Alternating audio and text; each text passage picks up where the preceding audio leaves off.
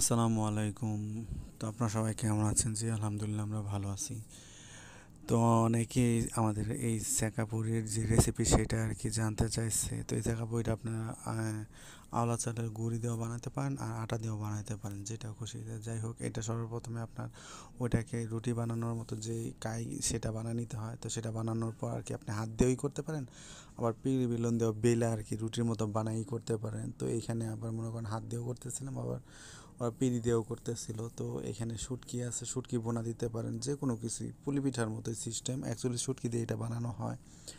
তো এখানে শুটকি ভুনা কইরা আবার বাইটা ভর্তা বানায়ও নিতে পারেন। তো সেটা কইরা এইরকম হালকা এরকম ইসের মতো পুলি পিঠার যে করে ওই রকম বানানোর পর হাতে কইরা বানানো, কিংবা আপনি রুটির মতো বেলা ছোটো ছোটো কইরা আর কি একটার উপর আরেকটা এরকম বসাই দিয়ে হাত দিয়ে চাইপা চাইপা নিয়ে এইভাবে হাত দিয়ে দুইটা একসাথে দিলেও পারেন, আবার হয়তো মনে করেন গর্ত করে